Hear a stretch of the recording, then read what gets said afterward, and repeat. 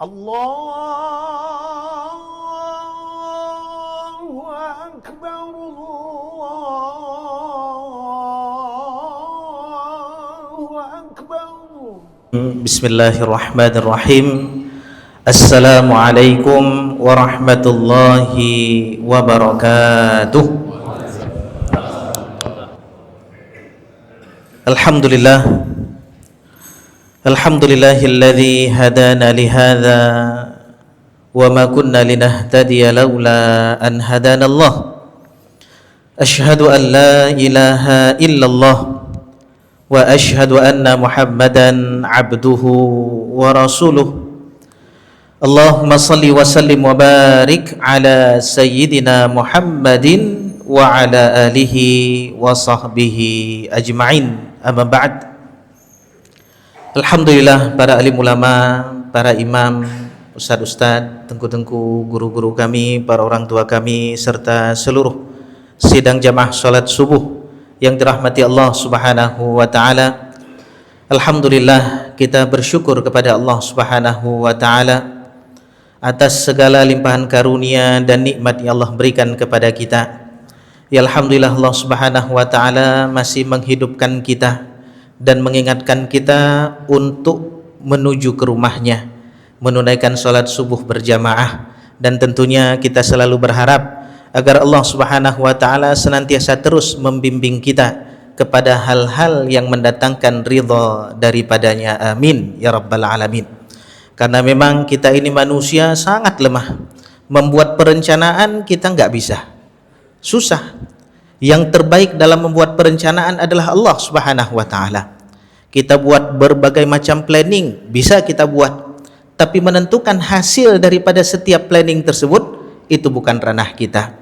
Bahkan untuk memastikan diri kita bangun setelah tidur, itu pun kita tidak kuasa kalau memang bukan daripada bantuan daripada Allah Subhanahu wa ta'ala. Maka kita patut bersyukur Allah masih teringat kepada kita sehingga memudahkan kita untuk taat dan patuh kepadanya. Salawat beriringkan salam senantiasa tercurahkan kepada junjungan kita, panutan kita, al-qudwah al-hasanah, teladan yang sangat sempurna yang pernah Allah berikan kepada umat manusia, mengajarkan kita berbagai hal sehingga kita tahu apa yang mesti kita lakukan di dunia sehingga bisa selamat dunia dan akhirat kita. Sidang jamaah dirahmati Allah Subhanahu wa ta'ala, semalam ketika safari dakwah daripada dai perkotaan yang berceramah Ustadz Umar Ismail, Masya Allah, di antara banyak pelajaran yang dapat kita ambil, dan di dalam mukaddimah beliau menyebutkan tentang bagaimana cepatnya berjalan waktu. Sangat cepat. Dulu sudah Ramadan, sekarang sudah dekat Ramadan, 1,5 bulan lagi. Dulu perkara baru bayar listrik, sekarang udah bayar listrik lagi. Yang ada ambil kredit bulan kemarin baru bayar, sekarang udah diminta lagi. Benar sebagaimana disebutkan oleh baginda Rasulullah, la taqumus sa'ah hatta yatakarrabu az-zaman. Tidaklah terjadi hari kiamat sampai zaman tersebut betul-betul sangat pendek, sangat dekat. Fatakunu sanah kasyahr, 1 tahun itu ibarat 1 bulan, dan 1 bulan ibarat 1 Jumat, bahkan 1 minggu ibarat 1 hari. Sangat dekat. Bahkan kalaupun kedulunya kita betul-betul butuh waktu yang lama untuk menuju satu tempat, maka sekarang betul-betul cepat. Maka jemaah dirahmati Allah, dekat betul sekarang yang namanya waktu dan jarak, yang mana ini merupakan tanda hari kiamat. Begitu juga sebagaimana tadi imam mengingatkan kita tentang menunaikan amanah, itu juga merupakan salah satu tanda dekatnya hari kiamat. Dan memang hari kiamat pun sudah dekat. Kita pun baru saja masuk ke dalam tahun baru 2026. Rupanya sangat cepat jemaah dirahmati Allah Subhanahu wa ta'ala. Maka di dalam tahun ke depan ini tentu kita harus punya landasan untuk menjalani setiap hari-harinya agar kita bisa selamat di zaman yang betul-betul sangat menguji kita dengan berbagai macam ujian di dalamnya. Ada ujian bagaimana kita bermuamalah, ujian tentang moral, ujian tentang syariat, berbagai macam ujian. Kita perlu pegangan. Maka Abdullah ibnu Mas'ud radhiyallahu an pernah mengatakan, "Idza stanna falyastanna biman qad mata." Kalau kalian ingin mengikuti jejak sunnah seseorang, maka ikutilah jejak orang yang sudah mati, yang terbukti kematiannya dalam keadaan baik.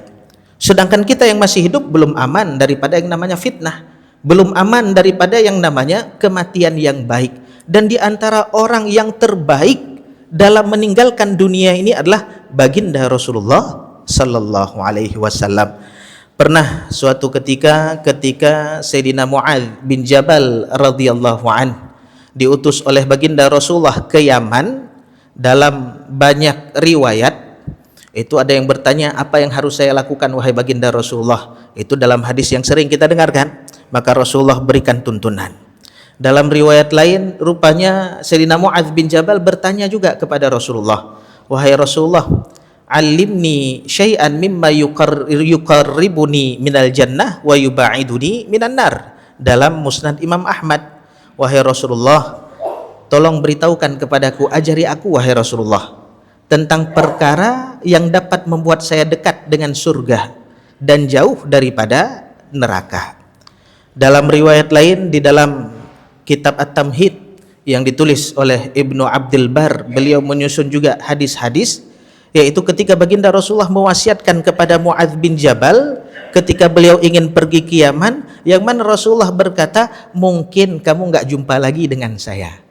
Apa wasiat daripada baginda Rasulullah kepada seorang Mu'adz bin Jabal untuk bisa menjadi pegangan kalau memang nggak ada lagi baginda Rasulullah sallallahu alaihi wasallam? Beliau mengatakan, ittaqillah, takwalah kalian kepada Allah.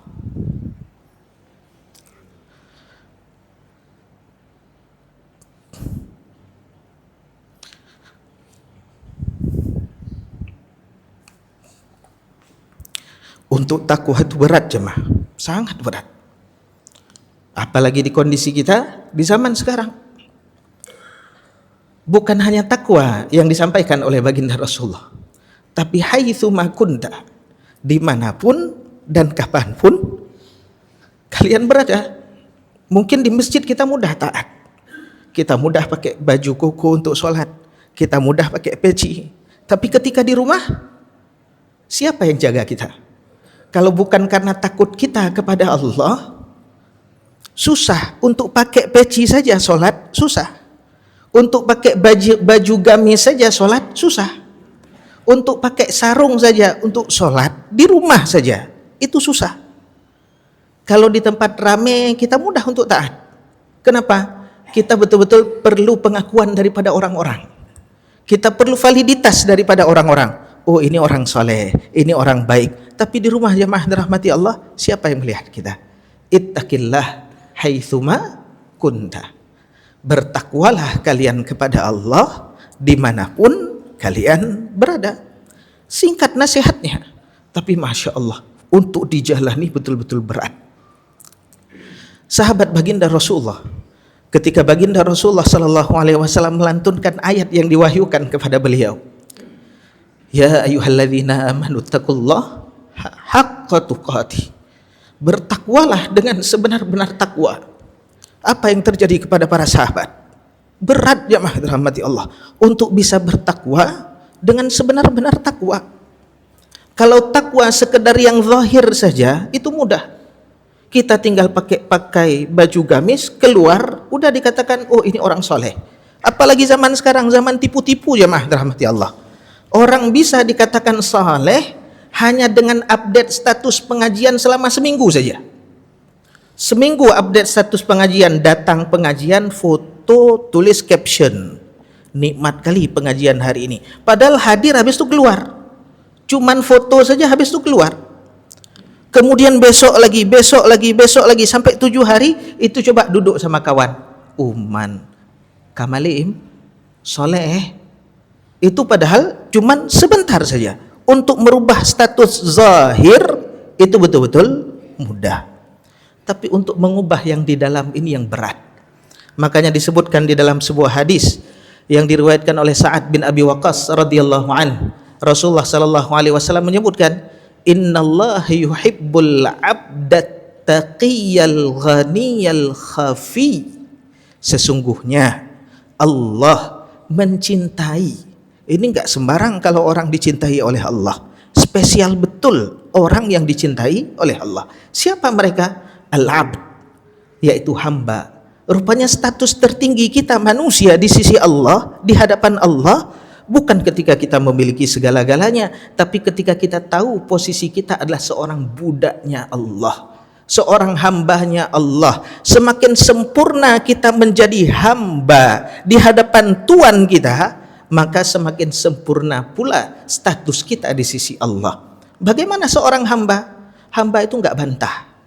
Kalau pembantu masih bisa bantah, tapi kalau hamba enggak berani bantah tuannya.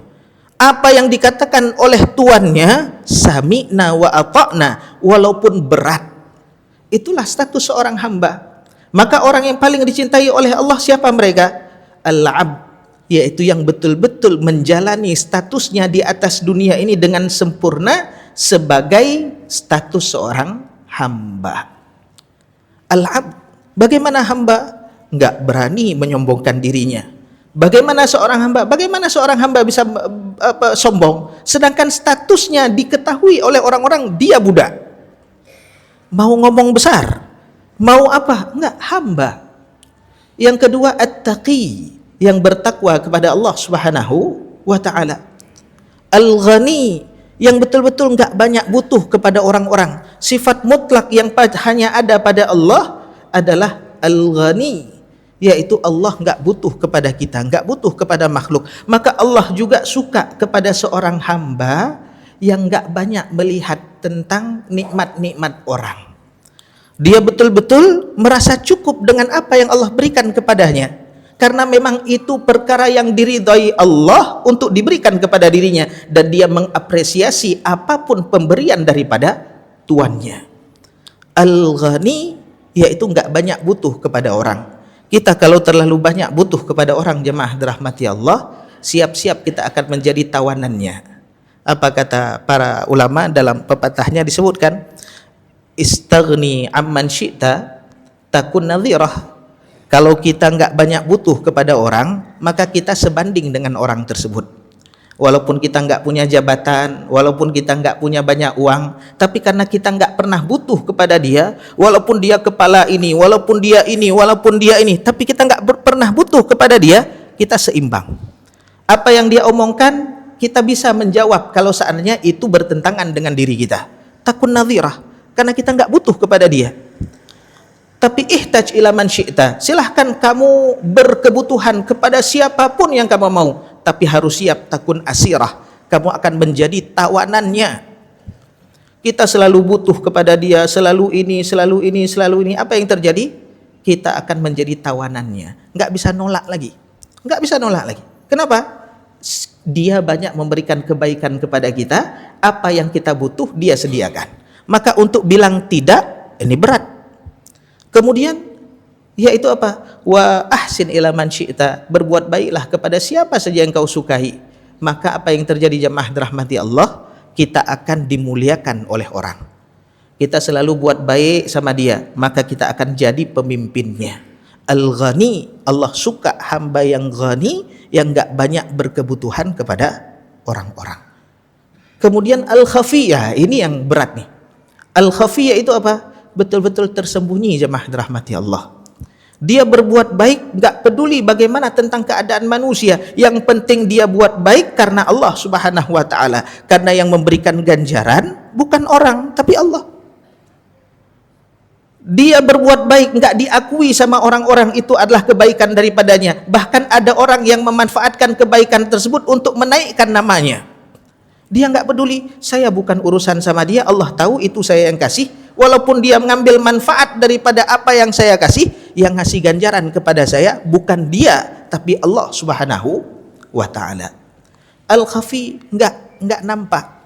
Dan jemaah dirahmati Allah, dengan bergaul dengan banyak orang, itu kita tahu Masya Allah, rupanya banyak orang-orang yang tersembunyi, yang memang nggak dikenal, tapi jemaah dirahmati Allah, rupanya memiliki manfaat kebaikan kepada orang-orang yang sangat banyak.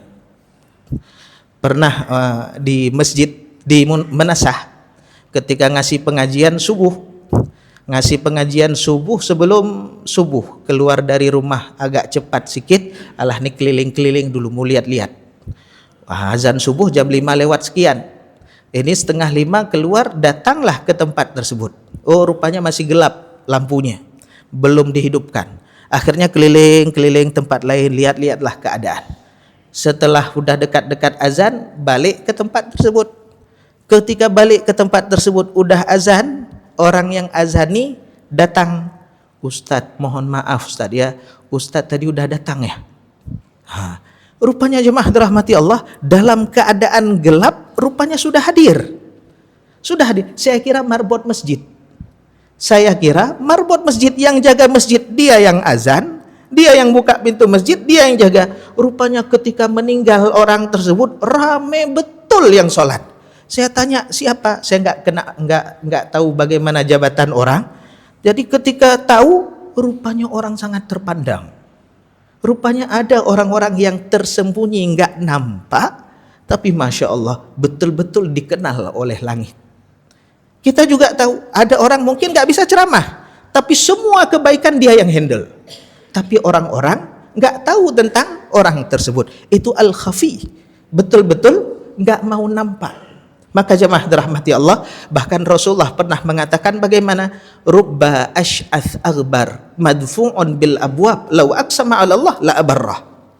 Berapa banyak orang yang rambutnya acak-acakan, pakaiannya acak-acakan, rambutnya berdebu, tapi orang tersebut kalau datang ke rumah orang-orang ditolak sama orang-orang.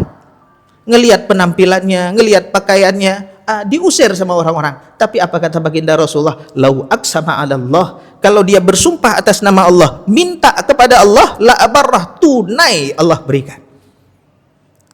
Orang tersebut enggak dipandang sama manusia, tapi di sisi Allah betul-betul sangat bernilai. Dulu ada yang namanya Julaibib, terkenal. Orang-orang betul-betul nolak nih Julaibib. Kenapa? Ya si Julaibib udah berkulit hitam, nggak punya orang, nggak punya suku. Kemudian ditanya sama Rasulullah, apakah kamu nggak mau menikah wahai Julaibib? Enggak wahai Rasulullah. Padahal menikah keinginan semua laki-laki pingin menikah. Tapi ketika ditanya sama Rasulullah, enggak wahai Rasulullah. Ditanya lagi, mau menikah wahai Julaibib? Enggak wahai Rasulullah. Ditanya lagi, mau menikah wahai Julaibib? Apa jawabannya? Siapa yang mau nikah sama saya wahai Rasulullah? Rupanya ditolak sama orang-orang. Apa kata Rasulullah? Disuruh pergi ke salah satu rumah daripada pembesar daripada Madinah. Di situ ada perempuan yang umurnya siap menikah. Kasih tahu. Disuruh kasih tahu bahwasanya Rasulullah itu pingin anaknya perempuan itu menikah dengan Julaibib. Ketika datang utusan daripada Rasulullah bertanya tentang anak perempuannya tersebut, saya utusan daripada Rasulullah. Rasulullah tanya, betul kalian punya anak perempuan? Ini kalau bahasa kita, betul kalian punya anak perempuan yang umurnya siap menikah? Saya utusan daripada Rasulullah. Rasulullah tanya itu, cepat-cepat jawab, ya kami punya anak perempuan yang siap menikah. Dikirain mau dinikahi sama Rasulullah. Ya kami punya anak perempuan yang siap menikah. Akhirnya utusan ini kasih tahu kepada orang tuanya, saya diutus sama Rasulullah, katanya anaknya disuruh nikah sama Julaibib. Apa kata orang tuanya? Kami tunggu dulu, musyawarah dulu. Tapi kalau Rasulullah yang pinang, enggak musyawarah lagi, langsung dinikahkan. Tapi karena Julaibib yang minta, yang dinikahkan, akhirnya apa? Musyawarah dulu. Untung anak ini perempuan yang salehah. Datang bertanya kepada orang tuanya, siapa yang datang? Yang datang utusan Rasulullah. Apa yang dikatakan utusan Rasulullah daripada Rasulullah? Dikatanya kamu disuruh nikah sama Julaibib, cepat tunaikan, kata anak tersebut. Maka jemaah dirahmati Allah Subhanahu wa taala, ketika perang apa yang terjadi? Semua syuhada sudah dikumpulkan. Rasulullah bertanya, hal tafqiduna min ahad? Ada enggak yang ketinggalan daripada orang kita yang wafat tapi belum dikumpulkan? Oh, sudah wahai Rasulullah. Hal tafqiduna min ahad? Ada yang lain lagi? Jawabannya, enggak ya Rasulullah. Udah semuanya. Hal tafqiduna min ahad? Ada enggak yang lain yang belum kalian kumpulkan? Enggak wahai Rasulullah. Baru Rasulullah bilang, saya kehilangan Julaibib. Baru sibuk semua sahabat cari Julaibib. Rupanya enggak dianggap. Apa yang terjadi jemaah dirahmati Allah? Mendapati Julaibib itu berada di bawah 7 orang musyrik yang berhasil dibunuh oleh Julaibib. Diangkat dengan tangan baginda Rasulullah dengan mengatakan, dia itu dari saya dan saya daripada dia. Ini bagaimana orang yang kadang-kadang gak dipandang di tengah-tengah orang, tapi di sisi Allah betul-betul bernilai. Ini paling yang dilihat, oh penceramahnya hebat, penceramahnya bagus. Di belakang penceramah ini ada orang-orang yang ikhlas, jemaah dirahmati Allah, yang gak terliput dengan kamera, yang betul-betul membuat semua ini betul-betul berjalan dengan baik. Gak ada sedikit pun kesombongan di dalam diri mereka. Kayak mana sombong cuman nyiapin mic? Kayak mana sombong cuman nyiapin sajadah? Kayak mana sombong cuman hidupkan lampu? Kayak mana sombong cuman hidupkan kipas angin? Tapi gara-gara perbuatan mereka, kita pun tenang untuk beribadah kepada Allah tanpa sedikit pun kepikiran, ini motor saya dicuri enggak? Rupanya ada yang jaga. Ini sendal saya hilang enggak? Rupanya ada pengamanannya. Ini bagaimana? Betul-betul tenang kita ibadah gara-gara orang tersebut. Mereka betul-betul bertakwa kepada Allah, yaitu dimanapun dan kapanpun berada. Kemudian Rasulullah SAW melanjutkan, wa atbi'il sayyi'atal hasanata tamhuha. Kita ini enggak luput daripada dosa, jemaah dirahmati Allah. Semua kita punya yang namanya cacat, punya keburukan, punya aib yang setiap daripada kita betul-betul tutup aib tersebut dengan serapat-rapatnya. Kita betul-betul menampakkan kebaikan daripada diri kita. Kita masih dimuliakan oleh manusia karena Allah memberikan sitar, penutup daripada aib-aib kita. Kalau aib kita dibuka sama Allah, nggak ada yang mau dengar orang ceramah. Kalau aib kita dibuka sama Allah, jangankan orang jauh, dengan keluarga saja kita nggak berani jumpa. Kita lihat istri 24 jam sama kita, terdetik dalam benak kita, ini kok bau kali. Dinampain, kayak mana kita jumpa istri? Kita jumpa istri misalnya, rupanya apalah misalnya, ada sesuatu yang kita nggak suka, terdetik di hati kita, dinampakkan sama Allah. Bagaimana keadaan rumah tangga? Kita ketemu anak, ada komentar yang mungkin buruk, nggak mungkin kita luapkan dengan kata-kata, tapi kalau dinampakkan oleh Allah, kayak mana anak menghormati kita?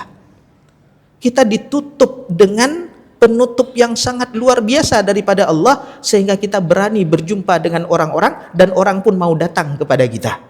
Itulah kebaikan daripada Allah Subhanahu wa ta'ala. Maka semua kita punya keburukan. Maka bagaimana jemaah dirahmati Allah, tentu kita berharap keburukan tersebut itu betul-betul dihapus, diampuni oleh Allah. Bagaimana caranya? Banyak-banyak buat baik. Kita nggak tahu masa dulu kita kelam atau enggak. Ada yang dulunya betul-betul jahat, alhamdulillah sekarang udah ke masjid. Ada yang dulunya betul-betul luar biasa keburukannya, alhamdulillah sekarang sudah teringat sama Allah. Bagaimana kita menyesali apa yang pernah kita kerjakan? Bagaimana cara menghapus apa yang pernah kita kerjakan? Yaitu dengan memanfaatkan sisa waktu ini dengan kebaikan. Buat baik banyak-banyak, banyak-banyak buat baik, walaupun kecil. Karena kebaikan yang kecil kalau diterima sama Allah, ganjarannya nggak mungkin kecil. Kecil saja kebaikan yang kita lakukan, tapi karena kita berbuat baik kepada yang maha kaya, yang maha pemurah, yang maha pengampun, maka ganjarannya nggak mungkin kecil. Ibarat kita bantu orang kaya, dermawan, sikit kita bantu, apa yang dikasih sama orang kaya? Ada salah satu tengku di Banda Aceh. Jadi ada orang Malaysia, orang kaya Malaysia, kebetulan anaknya jalan-jalan ke Bali. Hilang paspornya. Ketika hilang paspor kan bingung. Ini gimana? Karena memang nggak ada yang dikenal kecuali tengku tu yang ada di Aceh. Ditelepon, anak saya di Bali. Ini Ustadz belum pernah ke Bali. Anak saya di Bali, paspornya hilang, bisa bantu. Akhirnya apa? Ditelepon kawan yang ada di sana, karena memang dari jamaah tablik, ditelepon kawan yang di sana, tolong bantu, ada ini kehilangan paspor. Cuman dibantu, dibawa ke kantor polisi, buat surat kehilangan. Apa yang dilakukan oleh ayahnya kepada ustadz nih? Diajak jalan-jalan ke Malaysia, ditidurkan di tempat yang paling nggak pernah tidur di hotel seperti itu. Kemudian dipertemukan sama keluarga besarnya, kemudian dijamu. Kecil perbuatannya, tapi orang sanggup memberikan ganjaran besar. Bagaimana dengan Allah yang kekayaannya nggak terbatas? Bagaimana dengan Allah yang mengumumkan dirinya sebagai Maha Pemurah, Maha Pengasih, Maha Penyayang? Nggak mungkin sesuatu yang kecil kalau diridhai oleh Allah ganjarannya kecil, nggak mungkin, pasti besar. Kita saja kalau keluar sholat subuh, cuman sholat di masjid saja, buat Allah ridha, itu ganjarannya nggak mungkin kecil. Maka jemaah dirahmati Allah, berbuat baiklah. Bukan hanya diberikan ganjaran, dosa kita pun dihapus sama Allah Subhanahu wa ta'ala. Yang terakhir, wa khaliqin nas bi khuluqin hasan. Nah, ini penting karena ad-din al-muamalah. Agama ini bagaimana cara kita bermuamalah. Bergaullah dengan orang, berakhlaklah dengan orang dengan akhlak yang baik. Kita sangat butuh kepada orang-orang yang memiliki akhlak yang baik sekarang, jemaah dirahmati Allah. Kita betul-betul sakit kepala kita dengan kerjaan kantor, sakit kepala kita dengan macam-macam, tapi ketika berjumpa dengan orang yang berakhlak, Masya Allah, tenang. Nggak usah jauh-jauh, ketemu aja Ustaz Ifan, udah tersenyum sendiri kita. Itu yang ada di tengah kita. Bagaimana kalau seandainya semua orang betul-betul memiliki akhlak yang sempurna? Kayak mana hidup kita? Tenang, nikmat kalau banyak orang yang berakhlak. Maka pergaulilah orang dengan akhlak yang baik. Baik menurut siapa? Bukan baik menurut kita, tapi baik sebagaimana tuntunan daripada syariat. Berakhlaklah. Jemaah dirahmati Allah, kita yang alhamdulillah sudah Allah ingatkan kita untuk ke masjid, untuk ngaji, harus bedalah dengan orang yang gak ngaji. Bagaimana bukti ilmu itu bermanfaat, kita amalkan. Kita udah tahu akhlak yang baik itu seperti apa. Tinggal satu saja PR-nya, mau gak menerapkan akhlak tersebut dalam kehidupan sehari-hari kita. Kadang-kadang ada orang yang gak ngaji misalnya, tapi akhlaknya baik. Bagaimana? Itu alhamdulillah udah baik, kita doakan semoga lebih baik lagi. Saya teringat, pernah saya cerita juga ketika ceramah, yaitu ketika antri bensin dulu, waktu musibah, waktu antri panjang. Itu jam 4 pagi keluar, carilah mana pom bensin yang buka 24 jam. Rupanya nggak ada. Dari Lamdingin ke Kampung Mulia, kemudian keluar sampai ke daerah Suzuya sana, saya putar ke Lamsayun, ke Lambaru, ke Santan, nggak ada yang buka. Mobil udah antri banyak-banyak. Akhirnya alah pulang aja lah ke Lamdingin, di sana ada juga pom bensin, walaupun belum buka, yang penting dekat rumah dulu. Udah antri, pergi sholat subuh. Pulang sholat subuh ke rumah dulu, siapin bekal, siapin air, siapin pisang. Kata istri, nih bawa pisang 2 biji, jangan nanti nggak makan pagi. Udah bawa pisang 2 biji, antrilah di situ. Antri lama, 2 jam lebih, jemaah dirahmati Allah. Tapi uniknya di samping saya ada anak muda, biasa saja penampilannya, ngobrol, setelah ngobrol bilang, Pak sebentar Pak ya, tolong lihat motor saya. Rupanya apa yang dilakukan pemuda ini, jemaah dirahmati Allah, ketika pagi itu pergi beli kue sama beli air. Beli kue sama beli air untuk dibagikan kepada orang-orang yang antri, karena waktu pagi ini waktu sakral. Perut tuh betul-betul kalau dia protes susah nih. Dia bagi-bagi. Dalam pikiran saya, Masya Allah, saya ada air, pisang 2 biji, saya nggak teringat kepada orang lain. Sedangkan dia yang pakai motor itu teringat untuk beli makanan, padahal mahasiswa nih, butuh duit nih. Itu ngambil makanan dari tempat beli makanan, dibagi-bagi kepada orang. Jemaah rahmati Allah, disitulah terpukul. Rupanya banyak betul orang yang baik tapi nggak terlihat. Maka jemaah rahmati Allah, berusahalah untuk berbuat baik dan berakhlak dengan akhlak yang baik. Kenapa? Dengan akhlak yang baik inilah kita menjadi betul-betul tenang, tentram, damai. Kalau orang nggak punya akhlak, jemaah rahmati Allah, nggak usah jauh-jauh, mulut aja nggak bisa dijaga, itu susah hidup kita, susah hidup kita. Maka jemaah rahmati Allah, 3 hal ini, takwa kepada Allah, belajar sikit-sikit, Jangan ketika ramai orang saja kita mau bertakwa. Jangan ketika di masjid saja kita mau bertakwa. Di rumah kita disuruh bertakwa. Di pasar kita disuruh bertakwa. Di kantor kita disuruh bertakwa. Di Medan, di Jakarta, di luar negeri kita disuruh bertakwa. Jangan di Aceh saja kita bertakwa. Kemudian yang kedua, banyak-banyak berbuat kebaikan. Karena kebaikan ini bukan memperindah diri kita di dunia saja. Di akhirat yang membuat kita indah adalah kebaikan yang kita lakukan di dunia. Di akhirat nggak ada pakaian-pakaian kemuliaan kecuali dengan amalan-amalan yang pernah kita kerjakan. Kalau di dunia kita ingin ketemu orang dengan pakaian yang bagus, perlu duit. Di akhirat, di yaumul mahsyar, kita ingin pakaian yang bagus dengan apa? Dengan amalan yang kita punya. Sholat kita memberikan pakaian yang bagus kepada kita. Muamalah kita kepada orang membuat diri kita indah nanti di hari kiamat. Dan berakhlaklah dengan akhlak yang baik, karena sesungguhnya akhlak di zaman sekarang itulah yang banyak menyelamatkan orang daripada segala keburukan-keburukan. Mudah-mudahan bermanfaat. Subhanakallahumma wabihamdika asyhadu an la ilaha illa anta astaghfiruka wa atubu ilaik. Wassalamualaikum warahmatullahi wabarakatuh. Allahumma inna nas'aluka at-taubata wal inabah wal istiqamata 'ala asy-syari'ati al-gharra'i wat tariqati al-bayda'i bi rahmatika ya arhamar rahimin. رب اغفر لنا ذنوبنا ولوالدينا وارحمهما كما ربيانا صغيرا. رب اغفر لنا ذنوبنا ولوالدينا وارحمهما كما ربيانا صغيرا. رب اغفر لنا ذنوبنا ولوالدينا وارحمهما كما ربيانا صغيرا. رب اغفر لشيخنا ولمشايخنا ولأساتذتنا. واغفر لنا جميع أوليائك المقربين من علمائك العاملين المخلصين وعبادك الصالحين. واغفر لنا ولأزواجنا ولأولادنا ولبناتنا ولإخواننا ولطلابنا ولطالباتنا. واغفر لنا ولجميع المسلمين والمسلمات والمؤمنين والمؤمنات الأحياء منهم والأموات.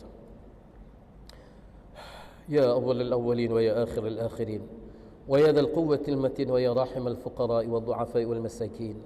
يا أرحم الراحمين يا أرحم الراحمين يا أرحم الراحمين. أظلمنا أنفسنا وإن لم تغفر لنا وترحمنا لنكونن من الخاسرين. رب اغفر واعف وارحم وتكرم وتجاوز عما تعلم إنك أنت الله العز الأكرم. اللهم احسن عاقبتنا في الأمور كلها وأجرنا من خزي الدنيا وعذاب الآخرة. اللهم إنا نسألك رضاك والجنة ونعوذ بك من غضبك والنار. اللهم عظم جلالك في قلوبنا وصغر الدنيا في أعيننا. اللهم عظم جلالك في قلوبنا وصغر الدنيا في أعيننا.